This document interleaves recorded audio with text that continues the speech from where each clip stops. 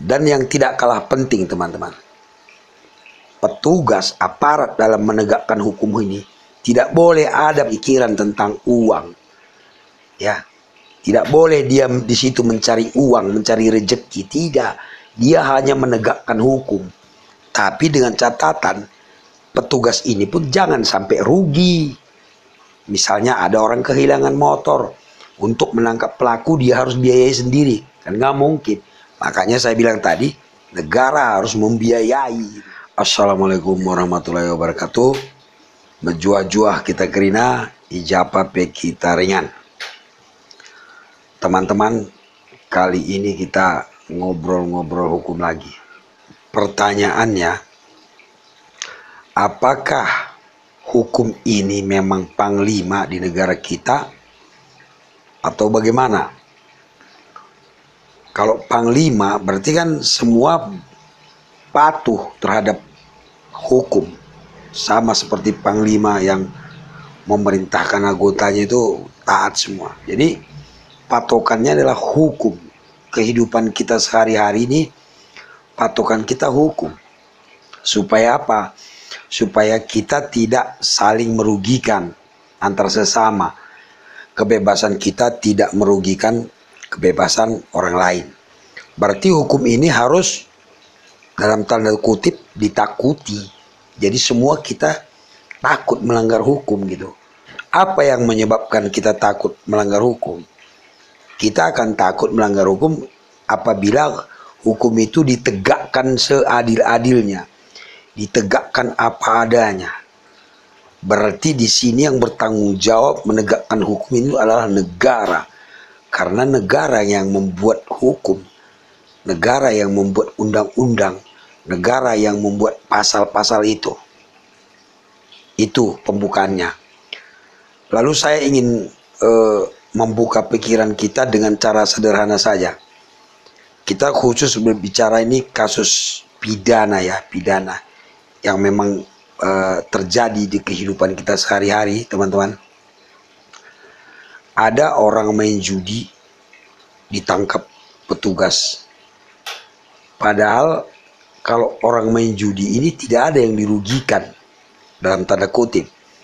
Yang rugi tentu yang kalah misalnya, atau kehabisan uang dia akibatnya keluarganya yang rugi. Artinya yang ngepeknya itu ke dia sendiri dan keluarganya. Atau narkoba, ada petugas ngejar-ngejar narkoba. Sama, dalam tanda kutip tidak ada yang dirugikan. Artinya kalau orang lain kena narkoba, kita kan nggak rugi. Ya. Mohon dipahami ya teman-teman ya. Itu satu kamar. Hukum di kamar lain, ada orang kehilangan sepeda motor. Ini yang rugi langsung dia sendiri, langsung menyentuh, langsung tersangkut dirinya. Ada orang kebongkaran rumah, langsung dia yang rugi. Ya, ada yang dirugikan, udah pasti dia rugi gitu. Dan pelakunya orang lain kan. Ada orang kena tipu, udah pasti dia merasakannya. Ada orang dianiaya, langsung dia yang merasakannya gitu. Berbeda dengan judi tadi. Kalau orang main judi kan dia yang berbuat sendiri, yang rugi dia sendiri gitu. Narkoba pun dia berbuat sendiri, yang rugi dia sendiri, bukan orang lain. Tapi kalau orang mencuri, orang lain rugi. Sampai di sini paham ya, ada dua kamar ini. Ayolah kita tangkap orang main judi. Ayolah kita tangkap orang main narkoba. Tapi jangan kita abaikan juga kalau ada orang kemalingan, tangkap juga malingnya gitu. Kalau ada orang yang kehilangan sepeda motor, kita proses, kita kejar sampai sepeda motornya itu dapat, sampai pelakunya dapat gitu. Ada orang kena tipu misalnya, diproses dia, ditangani dia. Karena ini menyangkut langsung orang yang melapor ini kan. Langsung orang yang langsung menyentuh ke masyarakat ya. Bayangkan teman-teman, ada orang misalnya jualan rokok di pinggir jalan. Rokoknya itu modalnya misalnya 1 juta lah kita anggap. lalu dibongkar, tentu dia langsung tidak bisa kerja, tidak bisa mencari nafkah. Yang ini tidak boleh diabaikan. Yang kasus-kasus yang langsung menyentuh masyarakat, orang kehilangan, orang dianiaya, orang ditipu, yang sifatnya seperti itu, saya merasa ini tidak boleh diabaikan. Bolehlah kita nangkap narkoba berkilo-kilo, bertonton, tapi kalau misalnya ada orang kehilangan sepeda motor, kita abaikan, itu saya kecewa. Karena yang kalau sepeda motor tadi hilang, dia langsung merasakannya sendiri. Itulah sebenarnya kegunaan hukum ini, melindungi hak-hak manusianya, melindungi hak-hak warga negara. Nah, kalau misalnya kita tegakkan ini, tentu orang juga untuk mencuri itu mikir dua kali, karena pasti akan dikejar, pasti akan ditangkap. Orang menipu, walaupun 500.000 misalnya, di online tuh banyak kejadian orang kena tipu di online. Itu harus diungkap, ditangkap. Jangan dibiarkan. Seperti saya ulangi lagi nih, kita boleh nangkap ganja bertonton, bagus itu. Tapi orang yang kena tipu 500.000 pun kita harus ungkap kasusnya. Tangkap, proses dia. Itu baru terasa hukum itu berguna bagi masyarakat, teman-teman. Lalu proses hukum ini harus ditanggungjawab oleh negara. Maksud saya, misalnya ada pasal barang siapa yang mencuri akan dihukum sekian tahun misalnya kan. Itu kan sudah dibuat pasal itu. Berarti negara harus bertanggung jawab. Ketika ada orang mencuri, harus diterapkan pasal itu. Apapun resikonya, berapapun biayanya, ya harus ditegakkan dia.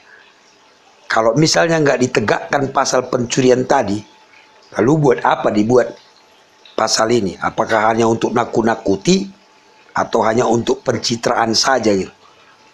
Seharusnya tidak, teman-teman. Kalau ada orang menipu 500.000, itu harus diungkap berapapun biayanya.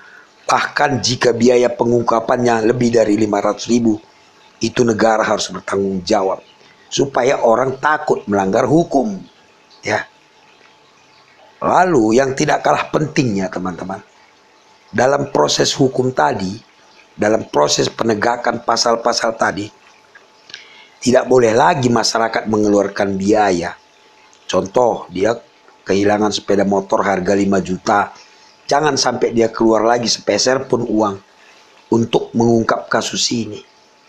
Negara harus menyiapkan dananya, karena negara yang membuat pasal itu. Jangan sampai untuk menangkap malingnya si korban harus mengeluarkan biaya lagi. Ya, itu kan udah nggak benar, teman-teman. Seharusnya ongkos dia ke kantor polisi pun diganti. Saksi-saksi semua diganti ongkosnya. Itulah gunanya negara membuat pasal tadi. Jangan asal membuat pasal lalu dibiarkan saja. Ketika orang menggunakan pasal itu, dia harus mengeluarkan biaya. Itu enggak. Itu bukan negara hukum lagi. Itu bukan panglima namanya hukum itu. Itu menurut saya begitu, teman-teman ya. Jadi hukum ini bukan hanya pencitraan, tapi action. Ada aksinya gitu. Jangan hanya hukum itu sekedar slogan-slogan saja. Itu tidak akan bermanfaat. Ya, harus ada tindakan. Dan yang tidak kalah penting, teman-teman, petugas aparat dalam menegakkan hukum ini tidak boleh ada pemikiran tentang uang. Ya, tidak boleh dia di situ mencari uang, mencari rezeki. Tidak. Dia hanya menegakkan hukum. Tapi dengan catatan, petugas ini pun jangan sampai rugi. Misalnya ada orang kehilangan motor. Untuk menangkap pelaku dia harus biayai sendiri. Kan nggak mungkin. Makanya saya bilang tadi, negara harus membiayai itu. Nggak ada alasan tidak membiayai perkara ini, teman-teman. Kita bicara khusus pidana ini ya. Lain lagi kalau perdata. Karena kalau pidana itu adalah mengatur antara negara dengan masyarakatnya. Berarti negara ini harus bertanggung jawab terhadap aturan yang dibuatnya, begitu ya kan. Jangan sampai petugas-petugas ini pun sudahlah dia tidak punya dana untuk melakukan tindakan penyidikan, dia juga di situ juga cari duit untuk menambah pemasukan. Ya kasihan korbannya lah kan. Makanya timbullah cerita-cerita bahwa kalau Anda kehilangan kambing jangan lapor polisi, nanti hilang kerbau katanya. Makanya itu harus kita hilangkan itu pameo seperti itu. Caranya bagaimana? Petugas dalam melaksanakan tugasnya menegakkan hukum tidak boleh ada pikirannya di situ untuk cari uang. Dan negara harus memberikan biaya yang cukup, tidak boleh kurang. Sehingga petugas ini melaksanakan tugasnya itu dia tidak merasa rugi gitu. Pernah nggak Anda berpikir bahwa ketika seorang penyidik disuruh menangani kasus, dia merasa rugi? Jangan sampai begitu, biayanya harus lengkap dia. Seperti saya jelaskan tadi teman-teman. Dan petugas tidak boleh ada pikiran di sana untuk mencari uang. Menegakkan hukum ini adalah pekerjaan, tanggung jawab aparat penegak hukum. Bukan di situ dia mencari uang atau bisnis. Ya, di sini negara harus benar-benar perhatian. Saya rasa omong kosong cerita hukum kalau ini tidak dilaksanakan. Hukum itu akan menjadi slogan-slogan saja, pencitraan saja. Tapi faktanya masyarakat tidak akan mendapatkan manfaat dari adanya hukum. Jadi teman-teman, ada 3 hal yang bisa kita dapat dari cerita singkat kita ini. Yang pertama, tangkaplah narkoba atau tangkaplah orang main judi, walaupun itu merugikan dirinya sendiri. Tapi jangan lupa tangkap juga pelaku-pelaku pencuri, penipu, dan hal-hal lain yang merugikan orang lain gitu loh. Kalau narkoba tadi merugikan dirinya sendiri kan. Tapi kalau pencuri kan merugikan orang lain. Penipu merugikan orang lain. Penganiaya dan lain-lain merugikan orang lain. Itu jangan sampai diabaikan. Ya, kalau begitu nanti hukum ini tidak rata. Hukum ini harus ditegakkan sehingga langsung terasa manfaatnya kepada masyarakat. Ingat teman-teman, seperti kata pepatah teman-teman, biar langit runtuh, hukum harus ditegakkan. Dan itu tanggung jawab negara dan aparaturnya, bukan tanggung jawab masyarakat. Karena teman-teman, kalau hukum tegak, ya, manusia ini menjadi sederajat. Kalau hukum ini ditegakkan tanpa pandang bulu, maka manusia menjadi sederajat. Tidak akan ada lagi perbedaan sosial antara si kaya dan si miskin, si pintar dan si bodoh. Kalau kita hendak menjadikan hukum sebagai patokan atau panglima, berarti hukum kita harus berwibawa dan ditakuti. Ya, kalau tidak seperti itu, ya hukum tidak akan ada apa-apanya, tidak akan ada gunanya.